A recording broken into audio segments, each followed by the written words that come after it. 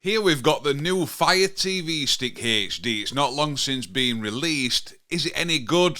Is it worth buying? And there is something you need to look out for if you're thinking about getting it as well. And we're going to take a quick look now, right? So that being said, don't forget to hit that subscribe button and let's crack on. Right, so first off, as always, we're going to start with a quick dad joke. My wife says I'm the cheapest guy in the world. I'm not buying it. Awful, I know. Don't forget, comment your dad jokes down below.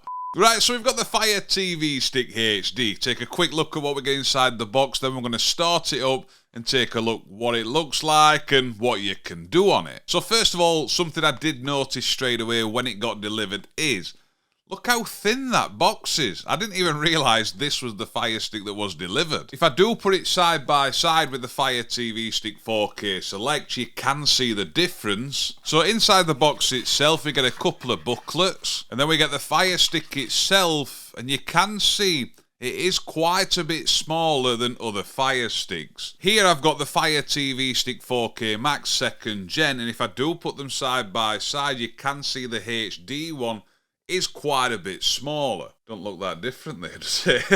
One thing they have done though, which a lot of people did keep saying, is why isn't a Fire Stick USB-C yet for the power? And this one is. The power cable it comes with, you will notice it is quite a bit shorter than the usual power cables it comes with. And I think this is because this is more intended to be power from the TV's USB port rather than a wall socket. So you haven't got loads of spare wire hanging down or you got to tie it up and stuff. And then we get the remote. It is quite a modern Fire Stick remote. It does what it does and it does feel responsive. It's that remote.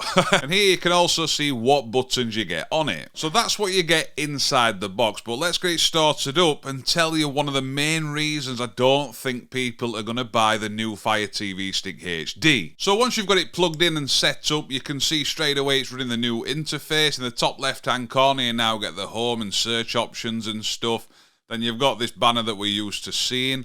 But your list of apps are actually down here. And you can put a lot more on the home screen than you could used to now. If I do long hold the enter button though, or the select button, it gives you the option to move, more info, uninstall, but you can't actually remove it from the home screen. But that's how the Fire Stick looks. Obviously it's going to run like every other Fire Stick in terms of the official streaming apps like your Netflix, YouTube, Prime Video, iPlayer, all that sort of stuff. But a couple of things you need to bear in mind if you're looking at getting this device is, if I go across to the left hand side, something else a bit different you're going to see is it comes up like this now. So if I go all the way down to the bottom to settings, it's then going to take us here. And then I'm going to go across to where it says My Fire TV. Once I click on this, what you're going to see is I've not tried to enable developer options or anything, but it is there. And if I click on it, what you're going to see is it does nothing. It does say at the side to enable developer options and get started with development of Fire TV apps. See, and then that QR code. But it is important to know that this Fire Stick, so the new Fire TV Stick HD 2nd Gen, is running on Vega OS, meaning you cannot sideload apps onto it. So another good example for this when something's running on Vega OS is if I go back home and I'm going to go to search inside of the Amazon App Store and I'm going to search for a very popular app.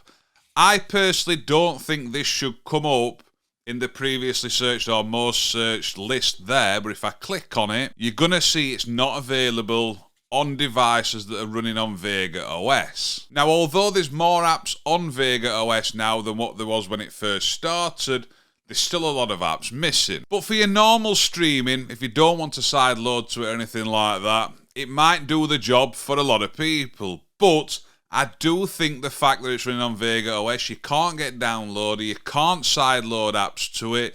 I think this is going to put the majority of people off. And I know I've had a lot of comments recently about people that have bought this one.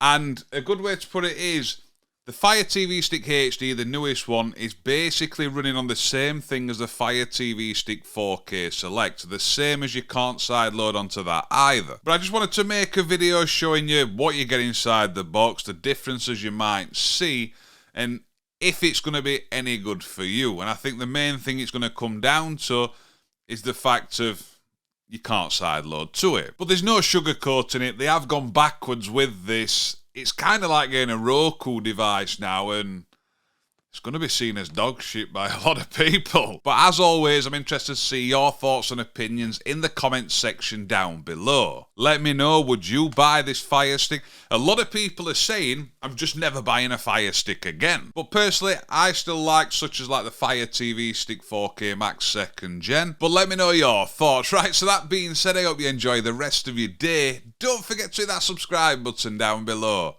And I'll see you soon. Ta-da!